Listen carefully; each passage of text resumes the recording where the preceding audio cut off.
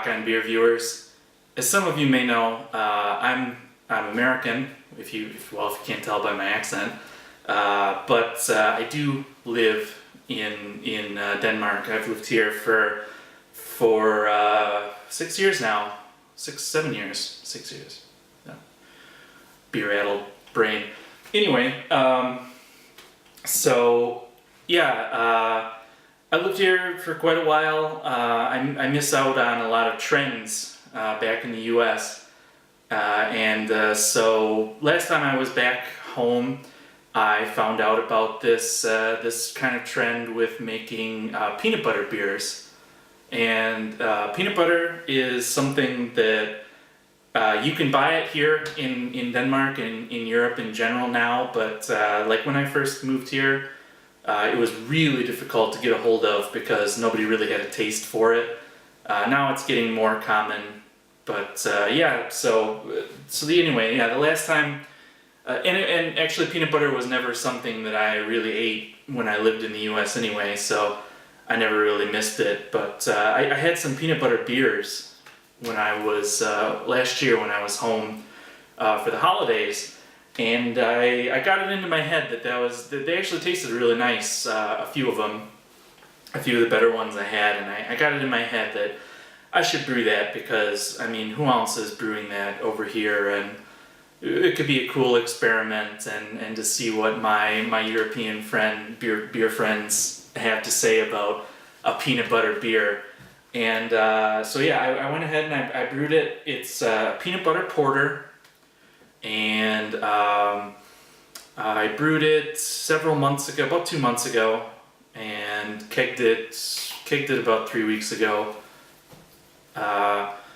It is a robust porter, and the recipe was taken just straight word for word from Brewing Classical Styles, the book, and it's the robust porter recipe that's in there. So it's your completely classical robust porter, except for I added peanut butter to it, and I did it in 2 stages. I did some research on the internet, and I'll actually put the whole recipe and brew day information on my website, and I'll put the link in the description. But I both put peanut butter powder. It's I don't know if you guys are familiar with it. It's this stuff. It's sold. I bought it on Amazon and had my brother bring it when he visited.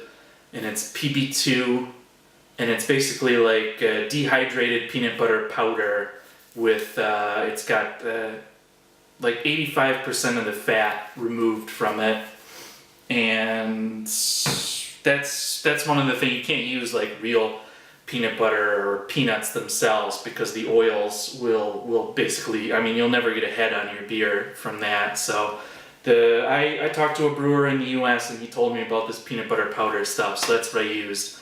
And I used some in the boil, and then when I tasted the beer in secondary, I didn't think that it had a lot of peanut flavor, so I actually dry peanut buttered the beer as well.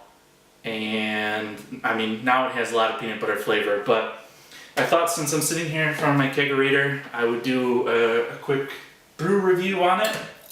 So let's just pour a glass here.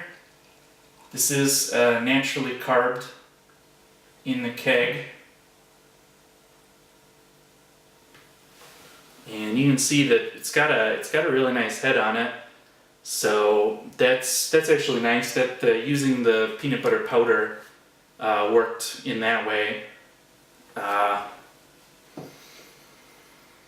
Now to me it smells like, well first of all let's do that. Obviously the color, it's very porterish.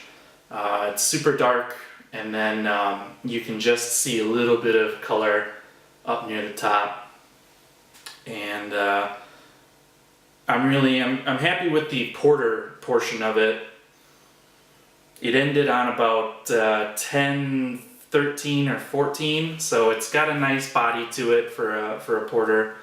The smell, I get a lot of that like dark fruit and licorice with some roasted character, a little bit of dark malt character.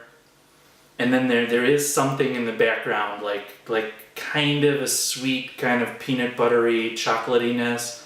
Other people that I've had smell this, they say peanuts right off the bat, and I don't know if they just smell it more than I do, or if it's just, you know, something in their head that they know it's a peanut butter beer. But I don't get the peanuts a lot in the smell. The taste is a completely different story. The peanut butter really, and I mean this is pretty cold too. I usually let this beer warm up a good 10-15 minutes before I start drinking it. But even as cold as it is right now, you hit the peanut butter is kind of like, it's just like a punch in the face. It's got kind of black licorice meets peanut butter balance from they kind of compete on my tongue. It's a nice porter taste, and then there's just a crazy amount of peanut butter in it. And like I said, it's got a nice mouthfeel. It's nice and full, but the peanut butter really kind of, it's not too full, but the peanut butter kind of makes it feel really thick. And I mean, it tastes a lot like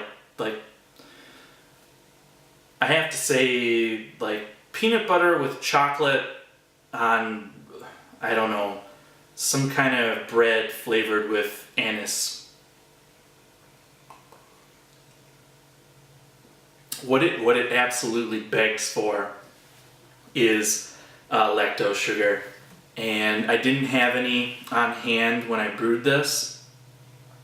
So I wanted to make it kind of a sweet porter, but I just didn't have any on hand, and I brewed it anyway.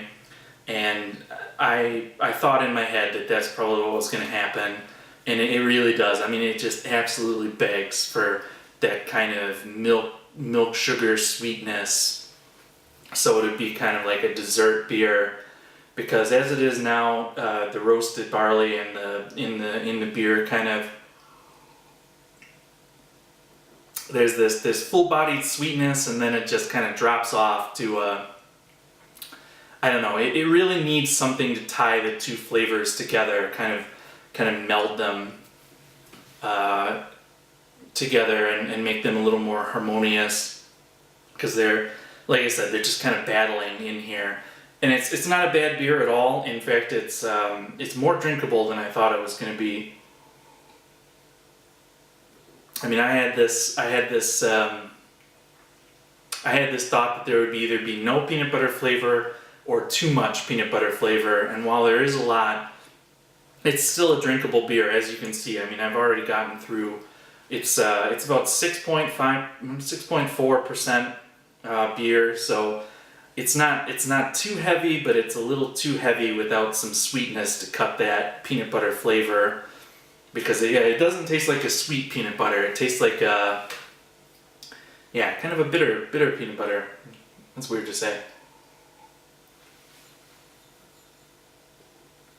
Definitely, if I brew this again, I would definitely add a good deal of lactose sugar, and I might even cut back the peanut butter, and I would definitely cut back some of the roasted, the hard roasted malts a little bit too, and maybe up the chocolate factor in it, kind of, But it's a decent beer. If I was giving it a rating, I would give this a 6, leaning towards 7. It's a clean beer. It came out fine. Just the taste is a little aggressive. I would probably also drop the alcohol a little bit in it. But other than that, I mean, it's a perfectly drinkable beer, and I'm never satisfied with a homebrew recipe, but I'm semi-satisfied with this. And if you're interested, I would go ahead and check out the link in the description, and you can get my recipe and my process, and then you can take a look at what I would suggest to do to this one to kind of make it better. But yeah, so thanks for watching, and cheers. Hey, I just thought that I would do a quick video. This is the first time I've ever tried to carbonate a beer in the keg. So just gonna hook it up here and see if we can even get it to go without hooking it up to the gas. I pulled the release.